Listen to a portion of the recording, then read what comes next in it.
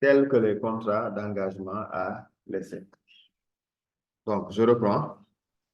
Le contrat de travail est en principe consensuel, c'est-à-dire qu'il peut être oral ou verbal. Toutefois, il y a des contrats qui doivent obligatoirement être écrits, tels que les contrats d'engagement à l'essai. Ce dernier, ou ces derniers, les contrats d'engagement à l'essai, ces derniers sont des contrats dans lesquels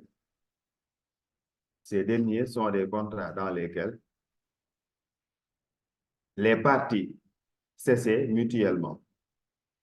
Les parties cessaient mutuellement. Essayez. Les parties cessaient mutuellement.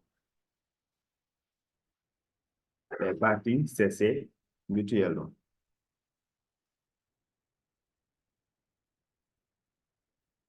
Ainsi, ils peuvent être renouvelés. Ainsi, ils peuvent être renouvelés. Ainsi, ils peuvent être renouvelés. Et chacun des parties peut reprendre sa liberté à n'importe quel moment. Ainsi, ils peuvent être renouvelés. Et chacun des parties peut reprendre sa liberté à n'importe quel moment. Et chacun des parties peut reprendre sa liberté à n'importe quel moment.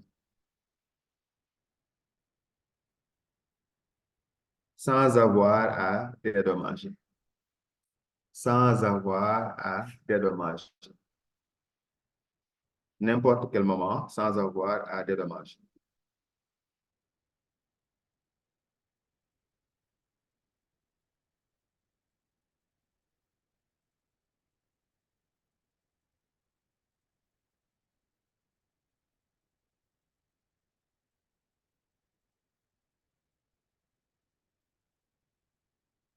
Toutefois, le renouvellement ne peut pas dépasser un mois. Toutefois, le renouvellement ne peut pas dépasser un mois. Toutefois, le renouvellement ne peut pas dépasser un mois. S'il n'est pas écrit, il est nul et non avenu. Ne peut pas dépasser un mois. S'il n'est pas écrit, il est nul et non avenu. Il est nul et non avenu. Il est nul et non avenu. C'est-à-dire que l'écrit est obligatoire, sinon le compte non avenu. Cela veut dire qu'il est considéré comme n'ayant jamais existé. Vous comprenez? Nul et non avenu. Non, espace avenu. Il n'a jamais existé.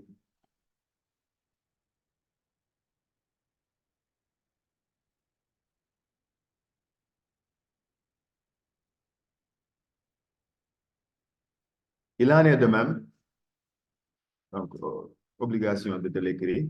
Il en est de même pour le contrat à durée déterminée, CDD. Il en est de même pour le contrat à durée déterminée, en parenthèse, CDD.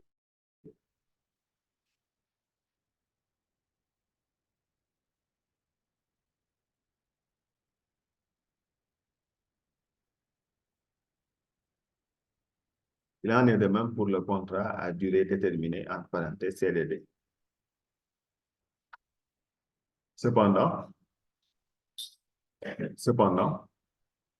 l'absence de l'écrit ne le rend pas nul. Cependant, l'absence de l'écrit ne le rend pas nul. Cependant, l'absence de l'écrit ne le rend pas nul.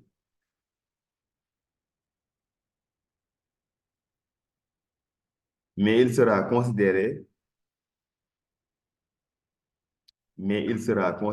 comme un contrat à durée indéterminée. Ne le rend pas nul, mais il sera considéré comme un contrat à durée indéterminée. En parenthèse, CDI. Mais il sera considéré comme un contrat à durée indéterminée, en parenthèse, CDI.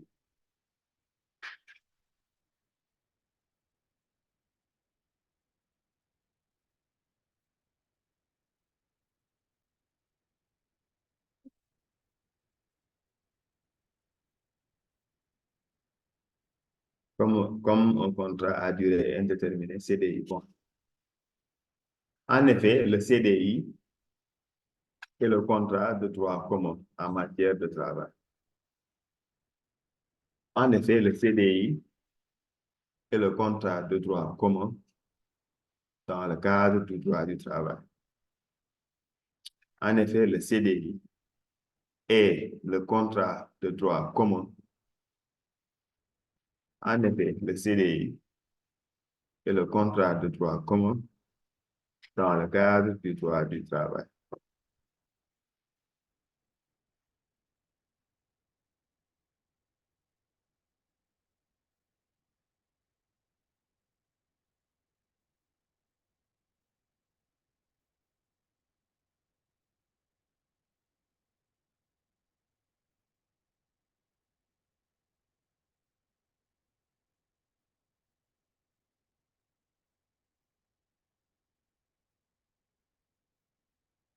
Cela s'explique du fait,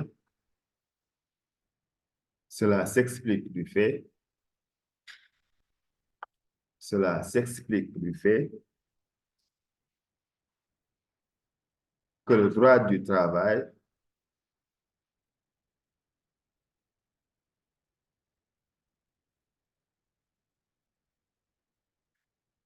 que le droit du travail suit une logique, que le droit du travail suit une logique, que le droit du travail suit une logique d'ordre public de protection, que le droit du travail suit une logique d'ordre public de protection.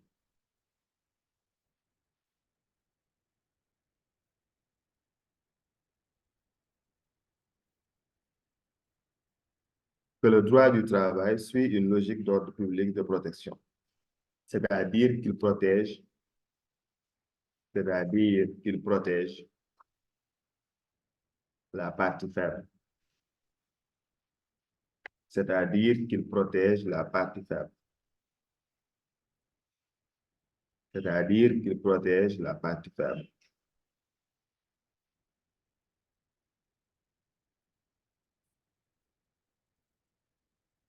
De ce fait, de ce fait,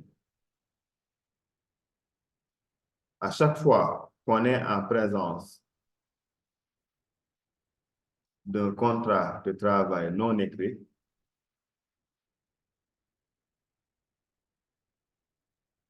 à chaque fois qu'on est en présence d'un contrat de travail non écrit,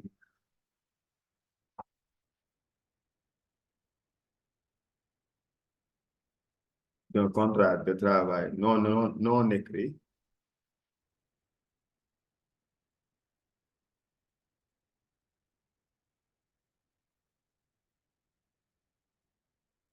on le considère conclu pour une durée indéterminée. On le considère conclu pour une durée indéterminée. On le considère conclu. On considère qu'il est conclu pour une durée indéterminée. Donc, on le considère conclu pour une durée indéterminée.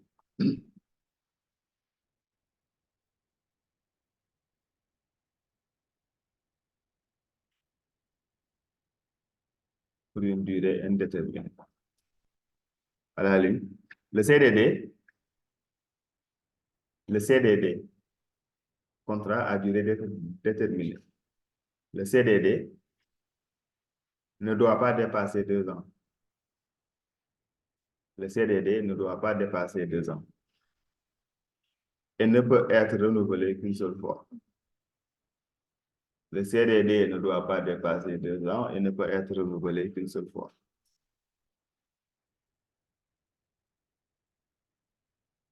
Et ne peut être renouvelé qu'une seule fois.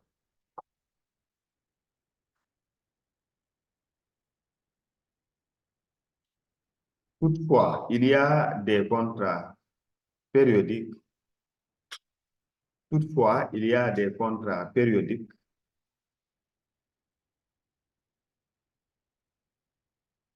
qui peuvent être renouvelés indéfiniment. qui peuvent être renouvelés indéfiniment.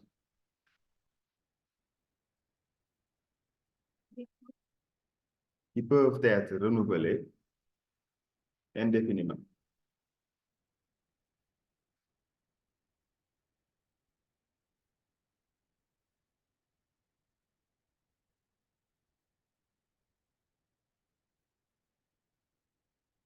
Ce sont par exemple les contrats saisonniers. Ce sont notamment les contrats saisonniers. Ce sont notamment les contrats saisonniers. Saisonniers.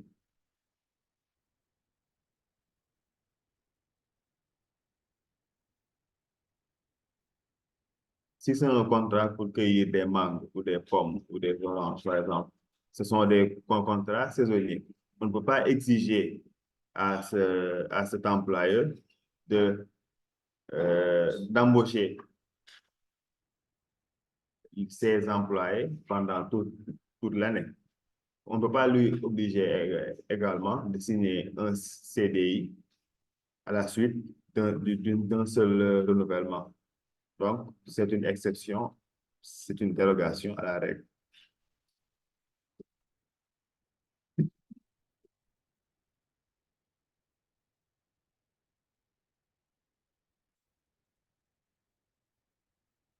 Toujours dans le cadre de ces dérogations, donc, il y a également, ou disons, il en va de même pour les contrats d'hôtellerie. Il en va de même pour les contrats d'hôtellerie. Il en va de même pour les contrats d'hôtellerie.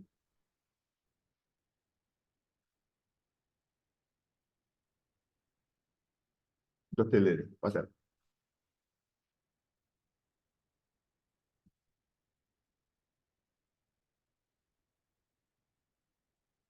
Quand j'étais étudiant, j'ai été réceptionniste dans un hôtel, donc à Saint-Louis. À l'hôtel, euh, c'est des saisons. Donc, il y a la saison morte.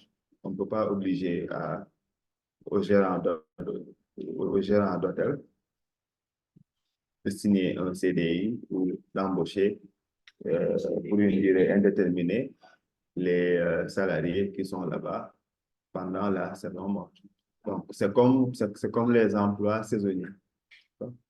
Il y a une période où il y a beaucoup de touristes, il y a beaucoup de clients, il y a une période où il y a peu de clients. Donc, c'est la raison pour laquelle on appelle cette dérogation-là. On accorde cette dérogation-là.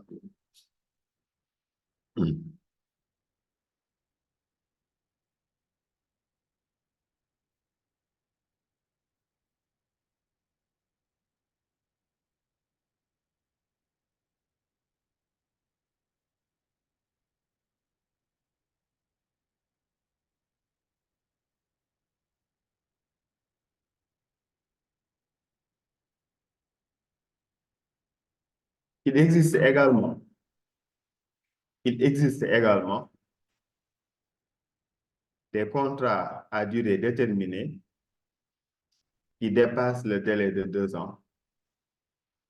Il existe également des contrats à durée déterminée qui dépassent le délai de 2 ans, des contrats à durée déterminée qui dépassent le délai de 2 ans, tels que les contrats pour la réalisation d'un ouvrage dont on ignore souvent l'aboutissement.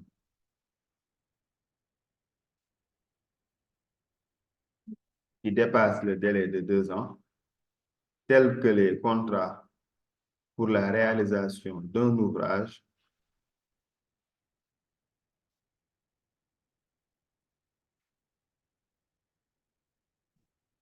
dont on ignore souvent, qui dépasse le délai de 2 ans, tels que les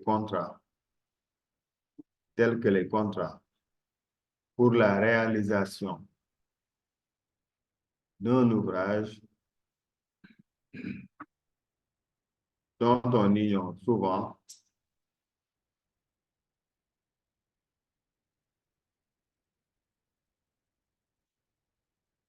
L'aboutissement.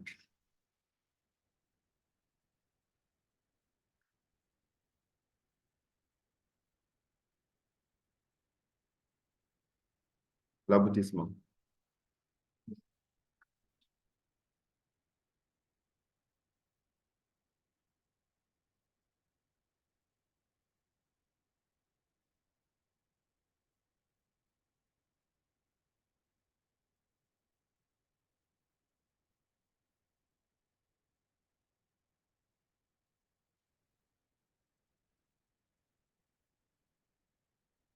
Quelles sont les obligations de l'employeur? Dans un contrat, il y a des obligations. Il y a des obligations pour chaque partie. Dans le cadre du contrat de travail, quelles sont les obligations de l'employeur? Il y a d'abord la rémunération, bien sûr. Quoi encore? Comment?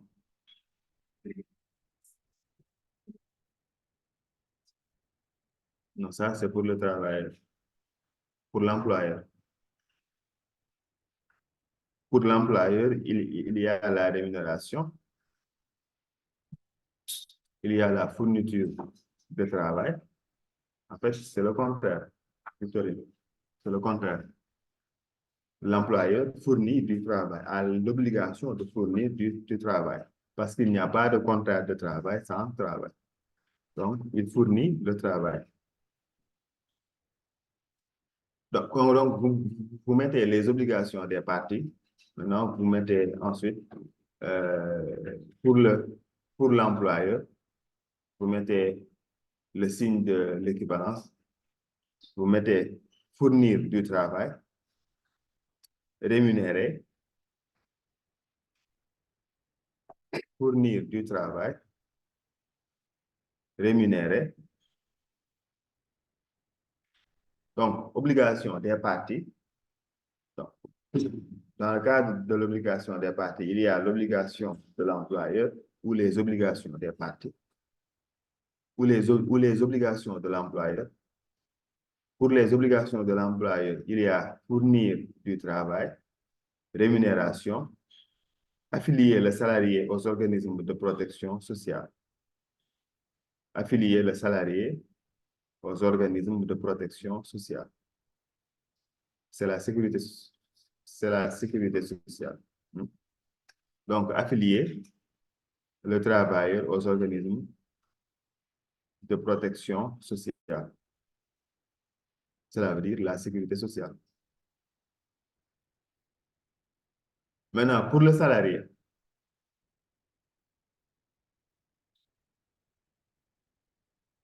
c'est la prestation de travail, ça veut dire c'est exécuter le travail.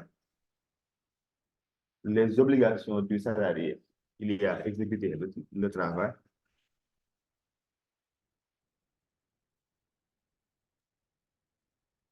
Ensuite, garder les informations confidentielles. C'est ce qu'on appelle les devoirs de réserve, devoirs de confidentialité, etc. Exécuter le travail.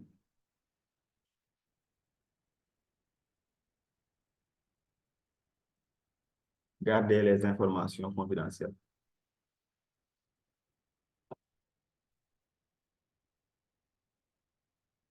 Liggéey di nettali rek.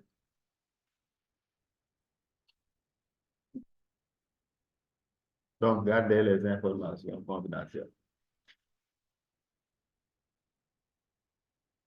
Il peut y avoir d'autres il peut y avoir d'autres obligations supplémentaires en fonction du secteur d'activité. C'est bon?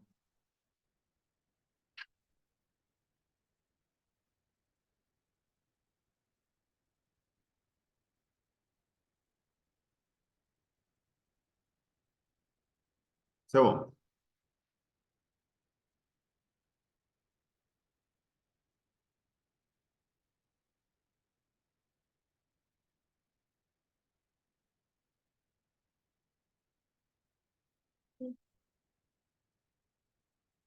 Il peut y avoir il peut y avoir d'autres formes supplémentaires.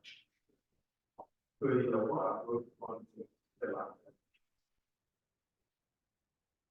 Il peut y avoir d'autres formes supplémentaires. Il peut y avoir d'autres formes supplémentaires. Il peut y avoir d'autres conditions supplémentaires. Il peut y avoir d'autres conditions supplémentaires. Il peut y avoir d'autres conditions supplémentaires.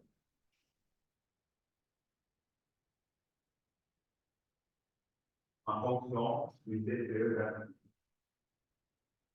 En fonction du secteur d'activité.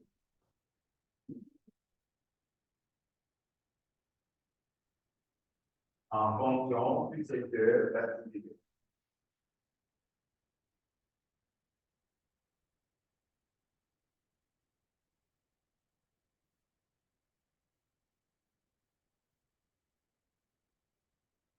Comme l'obligation de non-concurrence. Comme l'obligation de non-concurrence. Comme l'obligation de non-concurrence.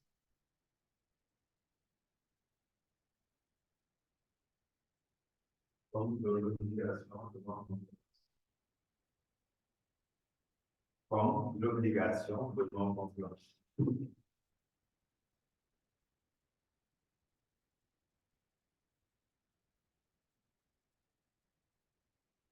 Comme l'obligation de non-concurrence.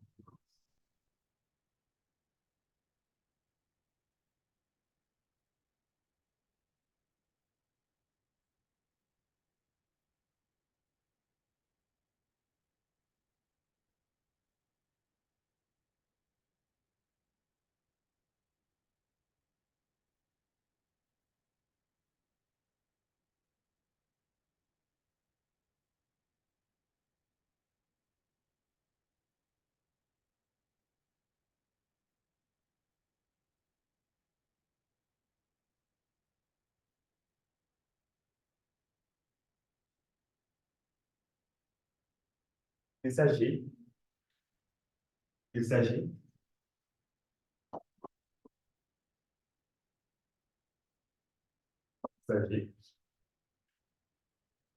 de l'interdiction aux salariés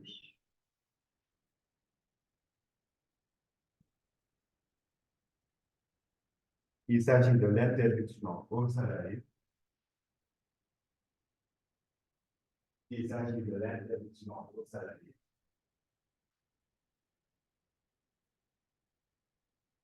il s'agit de l'interdiction aux salariés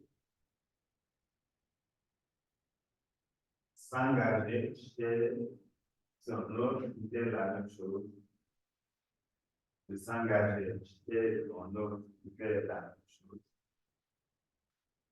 de s'engager chez un autre qui fait la même chose, s'engager chez un autre qui fait la même chose. Il s'agit de l'interdiction aux salariés de s'engager chez un autre qui fait la même chose pour une période bien déterminée. Pour une période bien déterminée.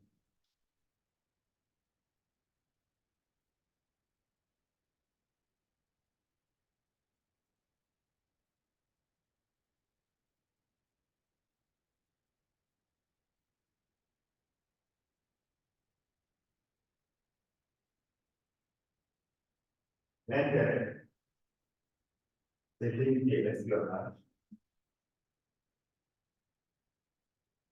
L'intérêt, c'est d'éviter l'espionnage. L'intérêt, c'est d'éviter l'espionnage. D'éviter l'espionnage.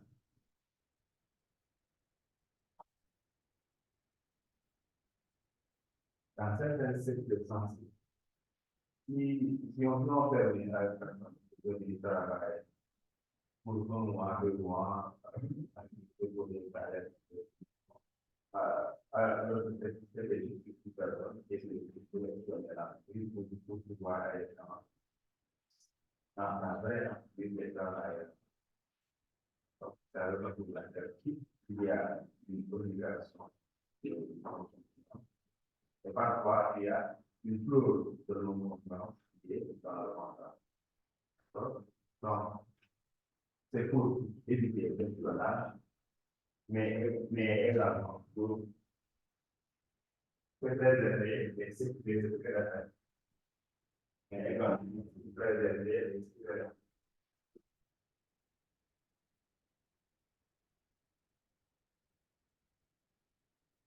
Également pour préserver les secrétaires. Également pour préserver les secrétaires. Également pour préserver les secrétaires.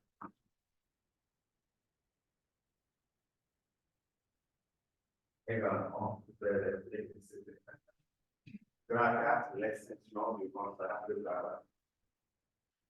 Grâce l'extension du contrat de travail. Grâce l'extension du contrat de travail.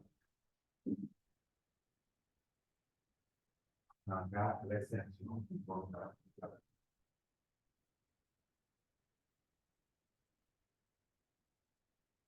L'extension du contrat de travail.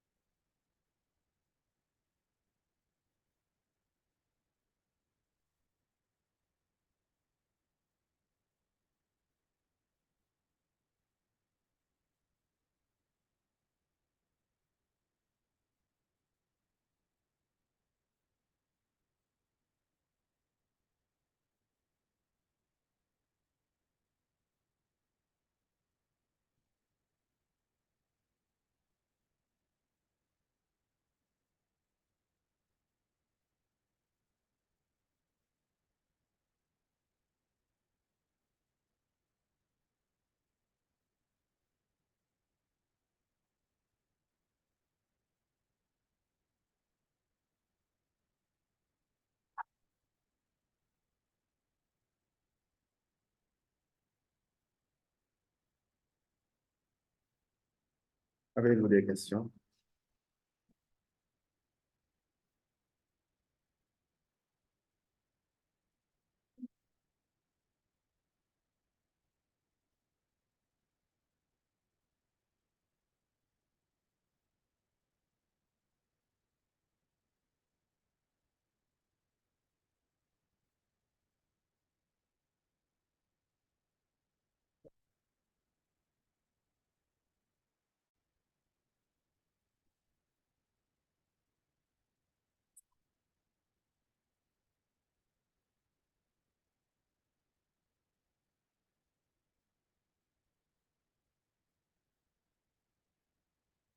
Questions?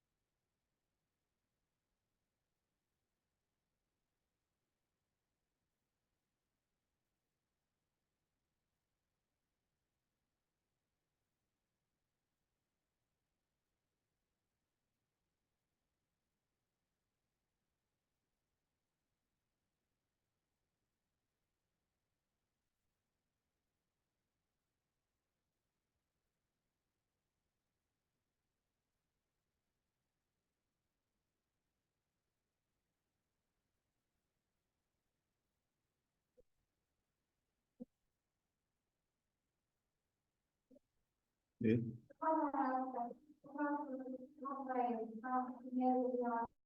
Par mail.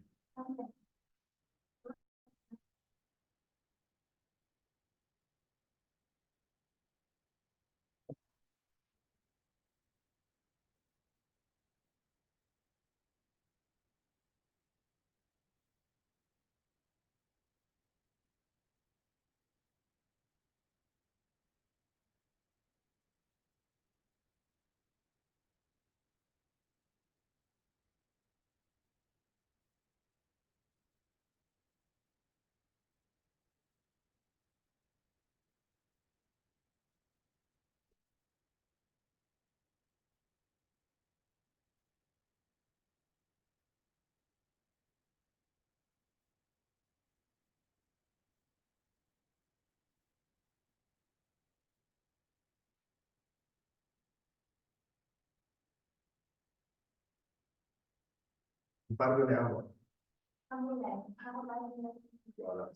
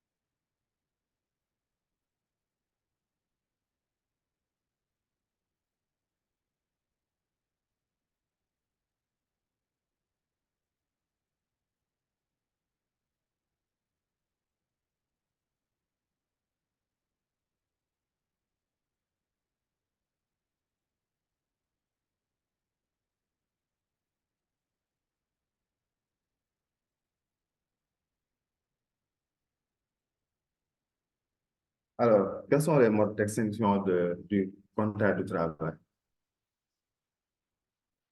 Et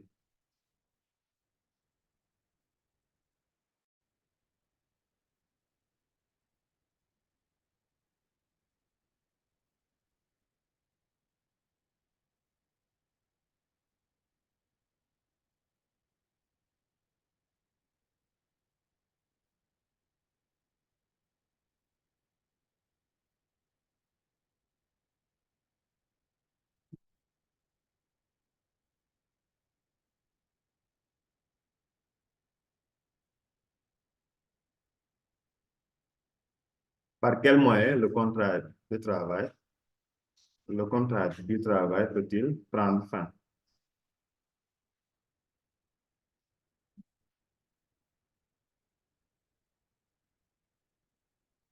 Et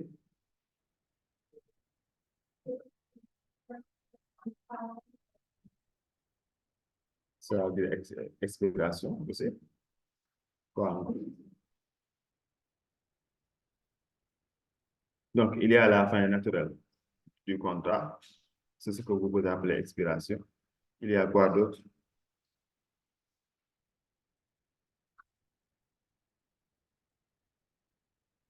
Comment? Expulsion.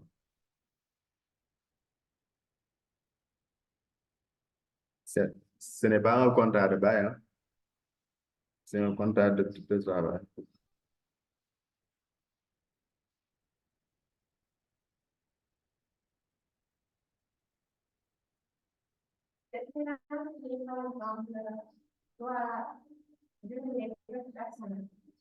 Doit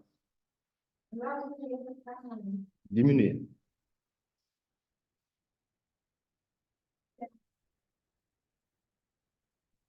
Diminuer le personnel.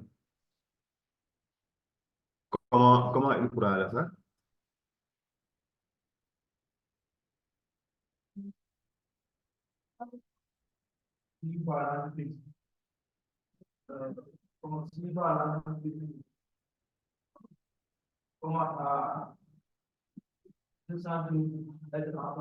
Mhm. Ça s'appelle comment?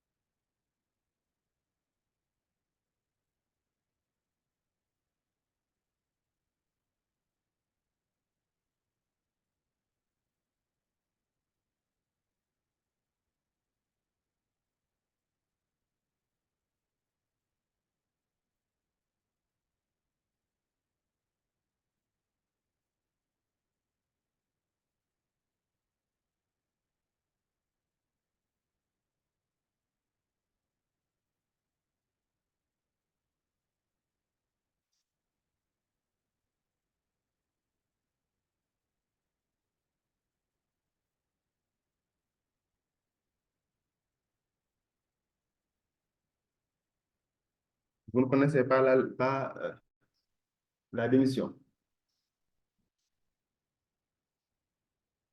Vous ne connaissez pas le licenciement. C'est ce qu'on appelle le licenciement économique. Ce dont vous parlez, c'est le licenciement économique. Donc, il y a une manière naturelle d'extinction du contrat de travail. C'est l'arrivée du terme, ce qu'elle appelle expiration du contrat. En fait, c'est l'arrivée du terme du contrat. Vous avez signé pour 6 mois, vous avez bouclé les 6 mois, le contrat est arrivé à terme. Non, il y a des ruptures qui sont provoquées, des extinctions qui sont provoquées. Parmi ces extinctions qui sont provoquées, il y a le licenciement et il y a la démission. Donc, il y a tout- tout- toute une panoplie de conditions pour la démission, pour le licenciement, parfois le licenciement est délégué, etc. Nous allons voir tous ces détails-là demain, Inch'Allah.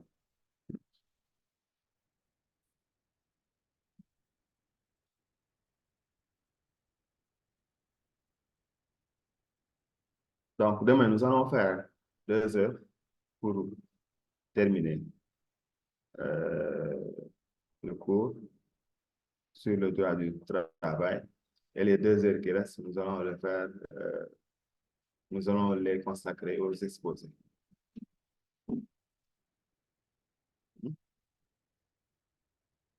Et la semaine prochaine, nous allons faire le droit administratif local, Inch'Allah.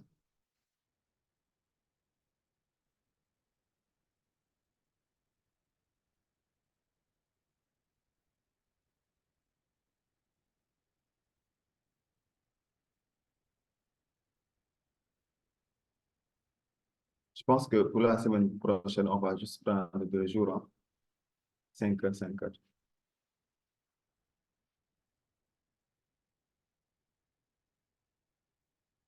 Vous avez quelque chose de prévu pour la semaine prochaine? Pas encore.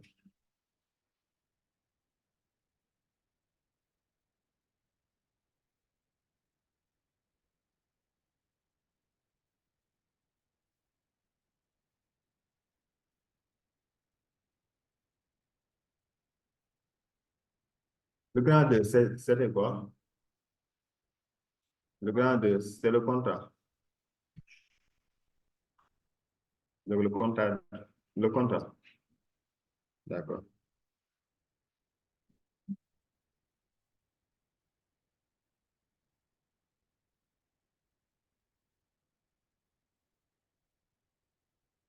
Et on a vu quoi dans cette partie? Les titres.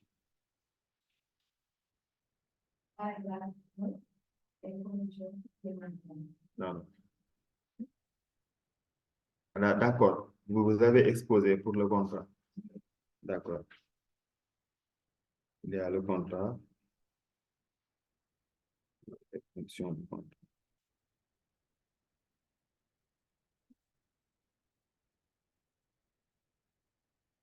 Les caractères du contrat.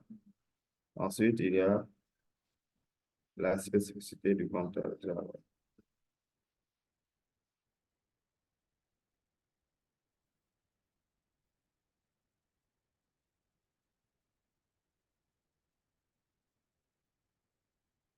Ensuite, on a vu quoi pour le grand 3.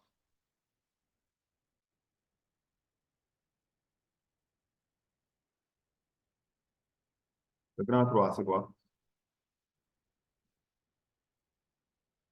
La conclusion du contrat.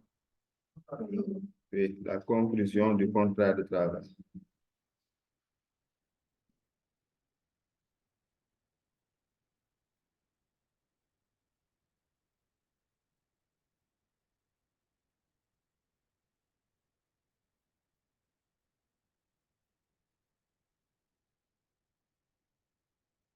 On a vu quoi dans cette partie?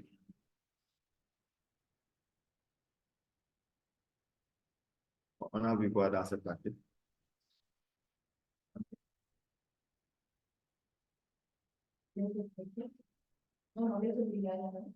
Mhm. Avant les obligations, lisez le début, juste après la conclusion. Mhm.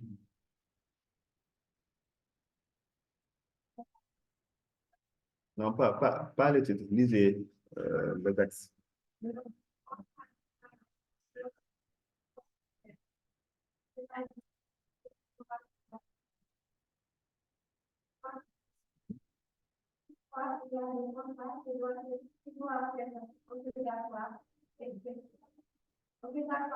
D'accord, d'accord, c'est bon.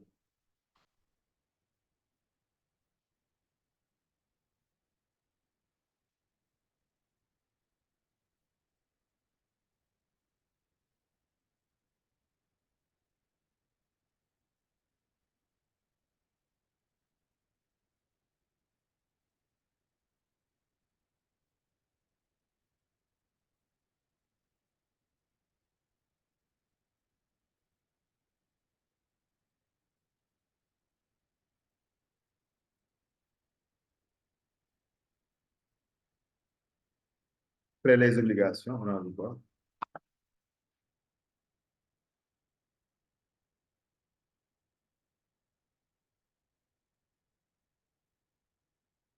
C'est fini. Après les obligations.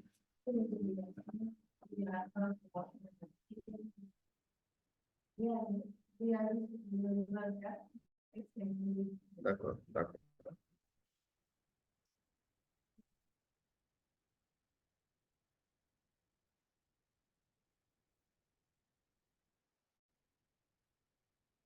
Aujourd'hui, c'est le 21.